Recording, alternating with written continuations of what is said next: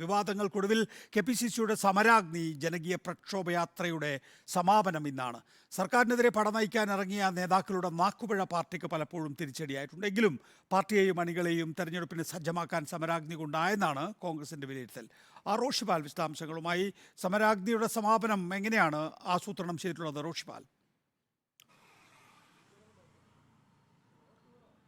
നികേഷ്, ഇന്ന് വൈകിട്ട് 5 മണിക്ക് പുത്തരിക്കണ്ടം മൈതാനിയിലാണ് സമരാഗ്നിയുടെ സമാപന സമ്മേളനം നടക്കുന്നത്.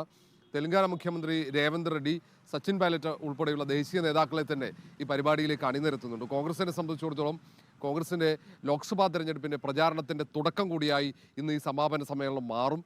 സംസ്ഥാനത്തെ ഭൂരിഭാഗം നേതാക്കളും സമാപന സമ്മേളനത്തിൻ്റെ വേദിയിൽ അണിനിരക്കും. ഈ യാത്ര ഏതാണ്ട് ഫെബ്രുവരി ആദ്യവാരം ആരംഭിച്ച ഈ യാത്രയിൽ സംസ്ഥാനത്ത് വിവിധയിടങ്ങളിൽ സഞ്ചരിച്ച് ജനങ്ങളുമായി സംവദിച്ചപ്പോൾ നിരവധി ജനകീയ പ്രശ്നങ്ങൾ അത് ഉയർത്തിക്കൊണ്ടുവരാൻ കോൺഗ്രസിന് സാധിച്ചിട്ടുണ്ട് എന്ന വിലയിരുത്തലാണ്.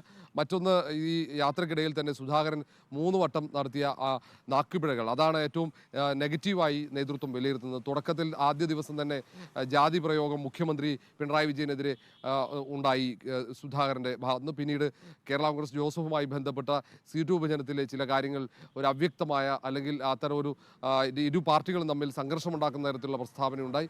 ഒടുവിലാണ് അശ്ലീല പ്രയോഗം പ്രതിപക്ഷ നേതാവ് VD സതീശനെതിരെ ഉണ്ടായിരിക്കുന്നത്. ഇത് മൂന്നും മാറ്റി നിർത്തിക്കഴിഞ്ഞാൽ വിജയമാണ് സമരാഗ്നി എന്ന വിലയിരുത്തലാണ് കോൺഗ്രസ് നേതൃത്വത്തിന്. പക്ഷേ തെരഞ്ഞെടുപ്പിൻ്റെ ഘട്ടത്തിൽ ഇത്തരമൊരു പദയാത്ര ഇത്തരമൊരു ജാഥ, രാഷ്ട്രീയ പ്രചാരണ ജാഥ നടത്തുന്നത് അത്ര നല്ലതല്ല എന്ന വിലയിരുത്തലുണ്ടായിരുന്നു. അതുകൊണ്ട് തന്നെ സീറ്റ് വിഭജന ചർച്ചകൾ വൈകാൻ ഇതൊരു കാരണമാവുകയും ചെയ്തിട്ടുണ്ട്. കാരണം നേതാക്കൾക്ക് ഒരുമിച്ചിരിക്കാൻ പറ്റിയില്ല. അതുകൊണ്ട് തന്നെ സീറ്റ് വിഭജനം വൈകി. അതുകൊണ്ട് സ്ഥാനാർത്ഥി നിർണയവും വൈകുന്ന ഒരു സാഹചര്യമുണ്ടായി. ഏതായാലും ഇന്നത്തെ സമാപന സമ്മേളനം അത് കോൺഗ്രസിൻ്റെ സംസ്ഥാനത്തെ ഈ രാഷ്ട്രീയ പ്രചാരണത്തിൻ്റെ ഒരു തുടക്കമായി മാറും.